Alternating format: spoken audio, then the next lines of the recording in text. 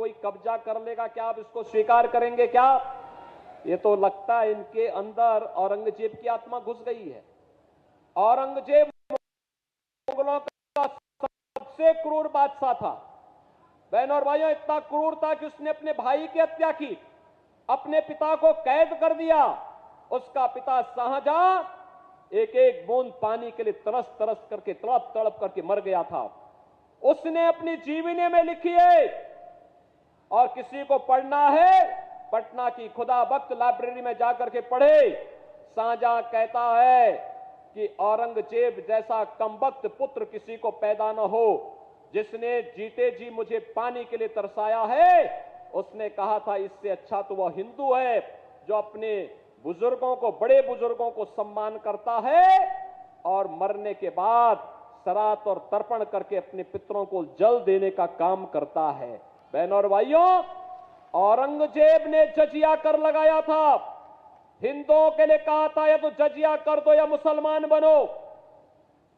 लेकिन बहनों और भाइयों, ये जो परासत टैक्स है कांग्रेस का, ये हिंदुओं पर औरंगजेब का जजिया करे।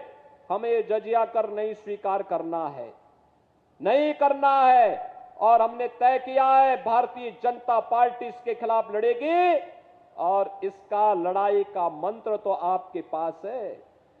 एक वोट, आपका एक वोट इनको निरुत्तर कर देगा, इनके मंसूबों पर पानी फेर देगा, इनकी राष्ट्र विरोधी और आतंकवादी पोषक गतिविधियों को पूरी तरह समाप्त कर देगा। और इसीलिए आज मैं बस्ती की जनता जनार्दन से अपील करने के लिए आया हूं। बहनों और भाइयों, कोई सोचता था बस्ती में इतनी सुविधाएं होंगी?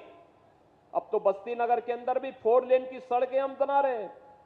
बस्ती के अंदर भी हम कनेक्टिविटी बेहतर कर रहे हैं।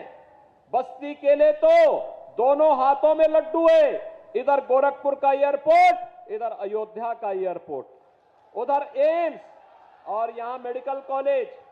सिद्धार्थनगर में माधव बाबू के नाम पर मेडिकल कॉलेज, यहां महर्षि वशिष्ठ के नाम पे मेडिकल कॉलेज, यहां पे मुंडेरवा चीनी मिल भी चल रही है। और अन्य विकास के कार्यों को तेजी के साथ आगे बढ़ाने के लिए अटल आवासीय विद्यालय भी भारतीय जनता पार्टी आप सबको दे रही है, जिसमें अनाथ और श्रमिकों के बच्चों को पढ़ाया जा रहा है।